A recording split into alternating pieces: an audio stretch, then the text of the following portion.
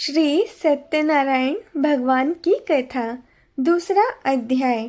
सूत जी बोले, हे ऋषियों, जिसने पहले समय में इस व्रत को किया है उसका इतिहास कहता हूँ, ध्यान से सुनो।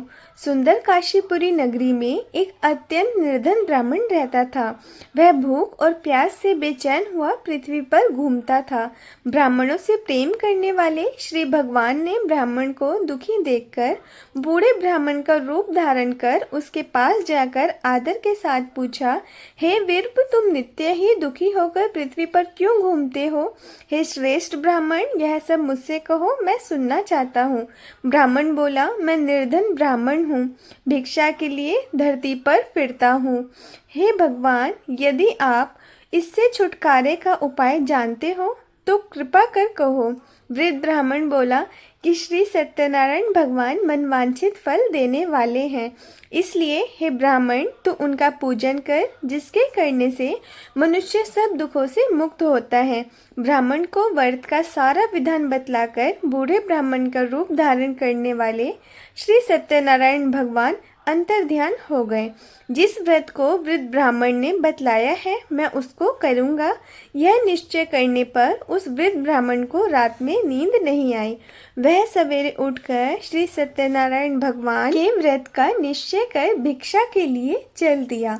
उस दिन उसको भिक्षा में बहुत धन मिला, जिससे बंधु बांधवों के साथ उसने श्री सत्यनारायण का व्रत किया। इसके करने से वीरप सब दुखों से छूटकर अनेक प्रकार के संपत्तियों से युक्त हुआ। उस समय से वह वीरप हर मास व्रत करने लगा। इस तरह सत्यनारायण भगवान के व्रत को जो करेगा वह सब पापों से छूट जाता है। क्या कहूँ? ऋषि बोले, हे मुनीश्वर, संसार में इस वीरप से सुनकर किस किस ने इस व्रत को किया, हम सब सुनना चाहते हैं। इसके लिए हमारे मन में श्रद्धा है। सूत जी बोले, हे मुनियों, जिस जिसने इस व्रत को किया वो सब सुनो। एक समय यह वृद्ध ब्राह्मण धन और ऐश्वर्य के अनुसार बंधु बांधवों के साथ व्रत करने को तैयार हुआ। उसी समय एक लकड़ी बेचने वाला बूढ़ा आदमी आया और बाहर लकड़ियों को रखकर वीरप के मकान में गया। प्यास से दुखी होकर लकड़हारा उसको व्रत करते देखकर वीरप को नमस्कार कर कहने लगा कि यह किसका पूजन कर रहे हैं और इस व्रत को करने से क्या फल मिलता है? कृपा करके मुझसे कहो। ब्राह्मण ने कहा, सब मनोकामनाओं को पूरा करने वाला यह श्री सत्यनारायण भगवान का व्रत है। इसकी ही कृपा से मेरे यहाँ धन धान्य आदि की वृद्धि हुई है। वीरप से इस बारे में जानकर लकड़हारा बहुत प्रसन्न हुआ। भगवान का चरणामृत ले और भोजन करने के बाद अपने घर को गया।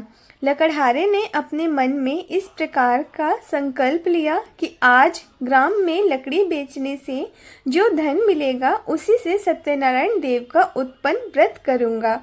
यह मन में विचार कर वह बूढ़ा आदमी लकड़ियां अपने सर पर रखकर जिस नगर में धनवान लोग रहते थे वह ऐसे सुंदर नगरी में गया। उस रोज वहां पर उसे उस लकड़ियों का दाम पहले से चौगुना मिला और प्रसन्न होकर पके केले की फली, शक्कर, घी, दूध, दही और गेहूं का चूरन इत्यादि श्री सत्यनारायण भगवान के व्रत की कुल सामग्रियों को लेकर अपने घर गया। फिर उसने अपने भाइयों को बुलाकर विधि के साथ भगवान जी का पूजन और व्रत किया। उस व्रत के प्रभाव से वह बूढ़ा लकड़हारा धन, पुत्र आदि से युक्त हुआ और संसार के समस्त सुख भोग कर बैकुंठ को चला गया। दूसरा अध्याय संपूर्ण।